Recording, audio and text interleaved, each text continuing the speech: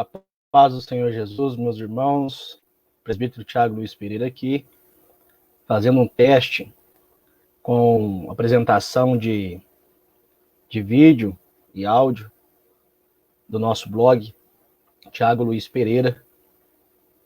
Nós temos aqui o meu blog, thiagoluizpereira.blogspot.com, e recentemente agora eu postei um estudo a respeito conhecendo o termo Bíblia Sagrada. Por que que a Bíblia Sagrada tem esse termo? Ela chama-se, ou ela denomina-se Bíblia Sagrada. É isso que eu vou destacar nesse momento para os irmãos.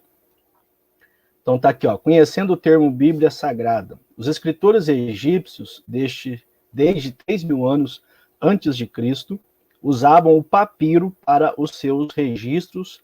Como era este procedimento? Então, sobre isso, trago um artigo de Lucas Ferreira, que é graduado e pós-graduado em História pela Uniaselv, Santa Catarina, com ênfase no Antigo Egito. Então, aqui está o site, né? Ele ensina como fazer uma folha semelhante que era usada naquele tempo. Então, aqui eu destaquei o procedimento, como que era difícil fabricar uma folha de papel que naquela época era feita com um pergaminho. Então, nós temos aqui, ó, 1, 2, 3, 4, 5, 6, 7, 8, 9, 10, 11. Cerca de 11 procedimentos para se fazer uma folha de papel. E no caso ali, a folha era feita do papiro. Então, aqui está a imagem do papiro. Os irmãos podem ver. Depois, nós já temos aqui os papéis prontos, né? Enrolados. E era escrito com pena e tinta. Então, nós temos aqui, ó, o pergaminho, no caso aqui já pronto, o rolo, que era feito com papiro e posteriormente foi feito com peles de animais, que se chamava pergaminho. Então, nós temos um exemplo aqui, que eu deixei destacado, como fazer um papiro. Olha para os irmãos verem como que era difícil fazer uma folha de papel naquele período. Deixa eu aumentar o som aqui.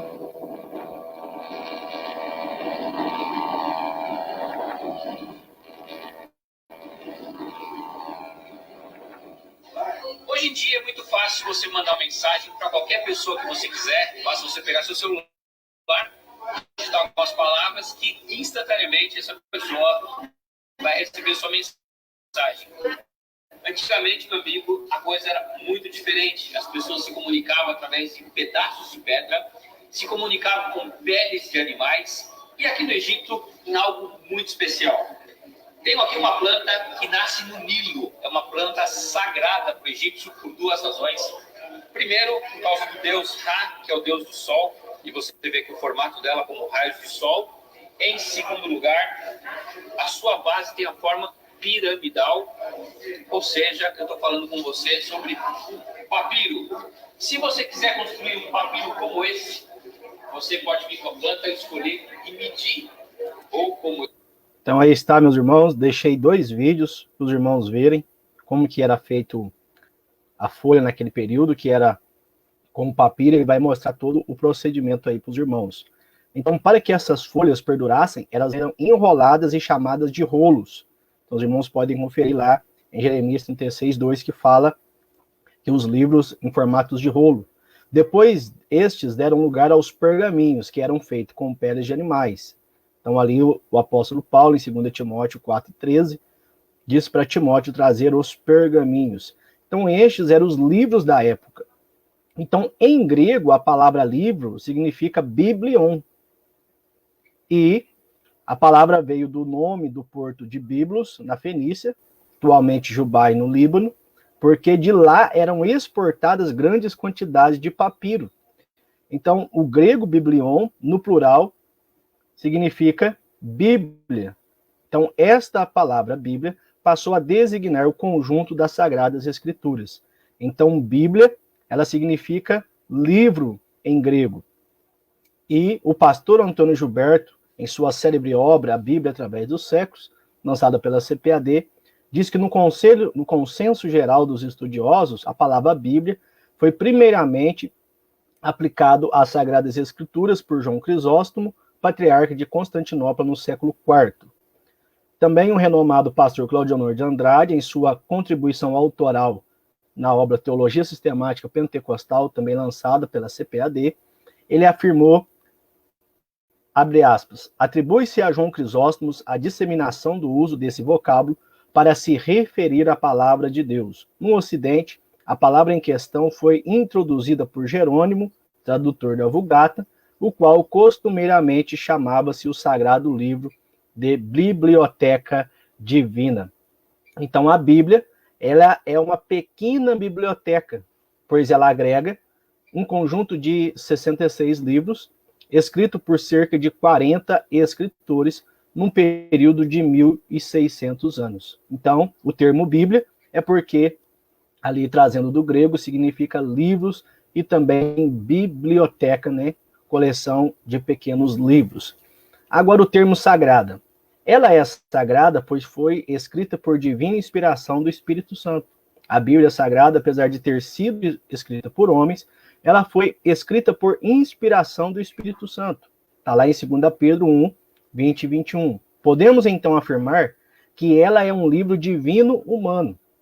Ela é a própria palavra de Deus, sua inspiração é divina, plena, única, harmônica, completa e útil para normatizar toda a vida humana, seja moral, social ou espiritual. Então isso aqui é muito importante, porque apesar de a Bíblia ter sido escrita por homens, ela foi escrita por homens cheios ou inspirados pelo Espírito Santo.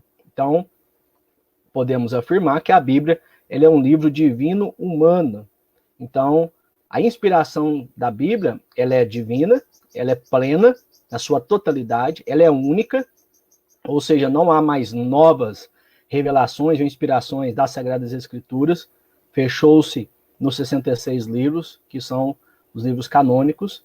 Ela é harmônica, então, apesar de ser escrita por 40 escritores, num período diferente, né, de 1.600 anos, todavia, ela não se contradiz, pelo contrário, ela se harmoniza. Então, a Bíblia é completa, porque ela nos traz todos os assuntos que Deus quis que nós soubéssemos para o nosso bem, para normatizar a vida humana. Então, ela é útil para normatizar toda a vida humana, seja moral, social ou espiritual. Então, trouxe aí o texto de 2 Timóteo 3, do 15 ao 17. Toda escritura divinamente é inspirada para redarguir, para corrigir, para instruir em toda justiça. Então, sendo assim, a Bíblia é inerrante, ela não contém erros, ela é a verdade, sua veracidade a cada dia tem sido comprovada pela ciência, como a geografia, a biologia, a física, a medicina e a arqueologia. Então eu destaquei aí a dificuldade de entender é nossa. Então, quando aparentemente nós temos algumas contradições, alguns erros, pode ter certeza que o erro não é da Bíblia, não é da palavra de Deus, mas pelo contrário, a dificuldade é nossa. Então, isso por quê? Por causa dos abismos que existem entre nós e a Bíblia. Então, os irmãos podem entrar aí depois e conferir todas elas que o teólogo Roy Zuck destacou na sua obra a respeito disto. Então, nós temos aí o abismo cronológico, o abismo geográfico, o abismo cultural, o abismo linguístico, o abismo literário, o abismo sobrenatural. Então, todos esses abismos, elas dificultam para que nós possamos compreender melhor a Bíblia. Então, carece necessariamente de nós nos aprofundarmos na palavra de Deus, estudá-la, assim como Jesus ensinou. João 5,39, se não falha a memória, que nós devemos examinar as Escrituras Sagradas, porque cuidais ter nelas a vida eterna, e são elas que testificam de mim. Então, deixei aqui para os irmãos também algumas profecias que se cumpriram fielmente e fazem parte da história, mostrando que realmente a palavra de Deus é a verdade. A Bíblia Sagrada, ela é a palavra de Deus. Então, entra aí, confira o estudo, e eu creio que vai acrescentar muito o seu conhecimento do nome poderoso de Jesus. Que Deus em Cristo nos abençoe. Fique na paz do Senhor Jesus.